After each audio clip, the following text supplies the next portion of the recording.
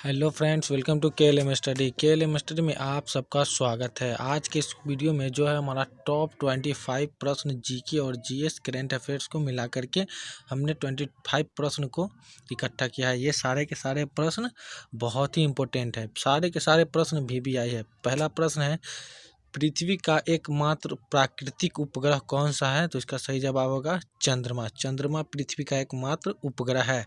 अगला प्रश्न है, गांधी फिल्म में गांधी की भूमिका किसने निभाई थी? तो गांधी की फिल्म में गांधी की भूमिका बेन किंग्सले ने निभाई थी। चलिए फ्रेंड्स, अगला प्रश्न की ओर बढ़ते हैं। अगला प्रश्न है,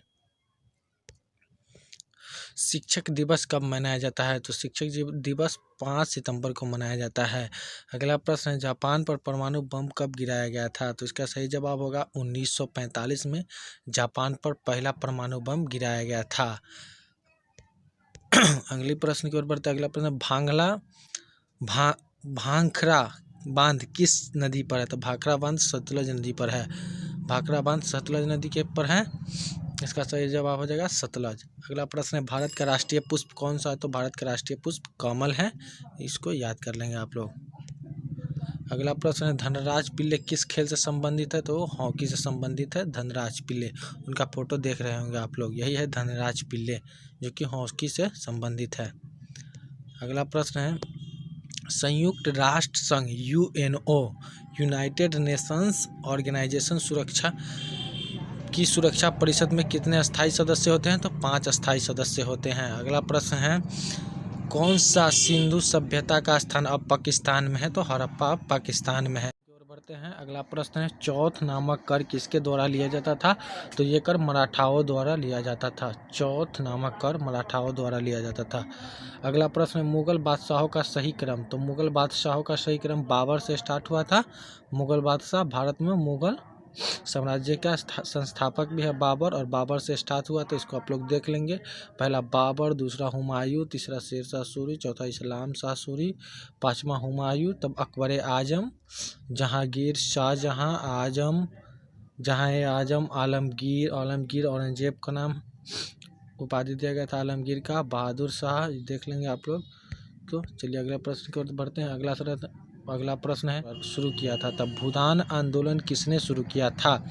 भूदान आंदोलन शुरू करने वाले थे विनोबा भावे।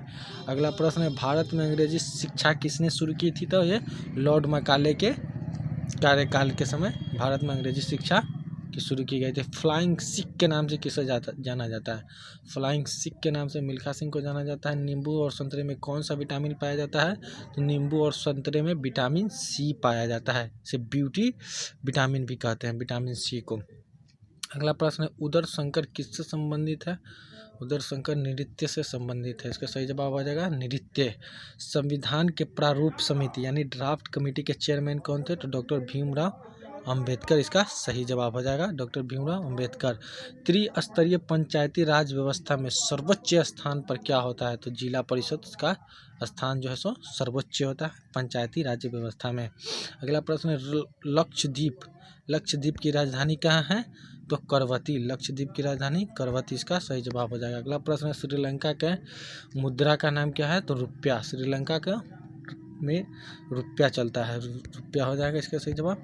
अगला प्रश्न, डिस्कवरी ऑफ इंडिया नामक पुस्तक के लेखक पंडित जवाहरलाल नेहरू है।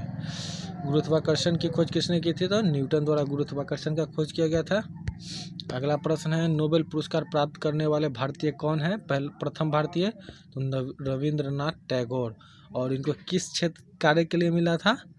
तो साहित्य में मिला था इनको। प्रथम नोबेल पुरस्कार भारत के लिए लाए थे और उनको साहित्य के क्षेत्र में दिया गया था। अगला प्रश्न है, द्रोणाचार्य पुरस्कार किससे संबंधित है? द्रोणाचार्य पुरस्कार श्रेष्ठ गुरु, जिसको आप लोग ट्रेनर या प्रशिक्षक भी कह सकते हैं, कोच भी कह सकते हैं, इसके लिए द्रोणाचार्य पुरस्कार हर एक साल दिया जाता है।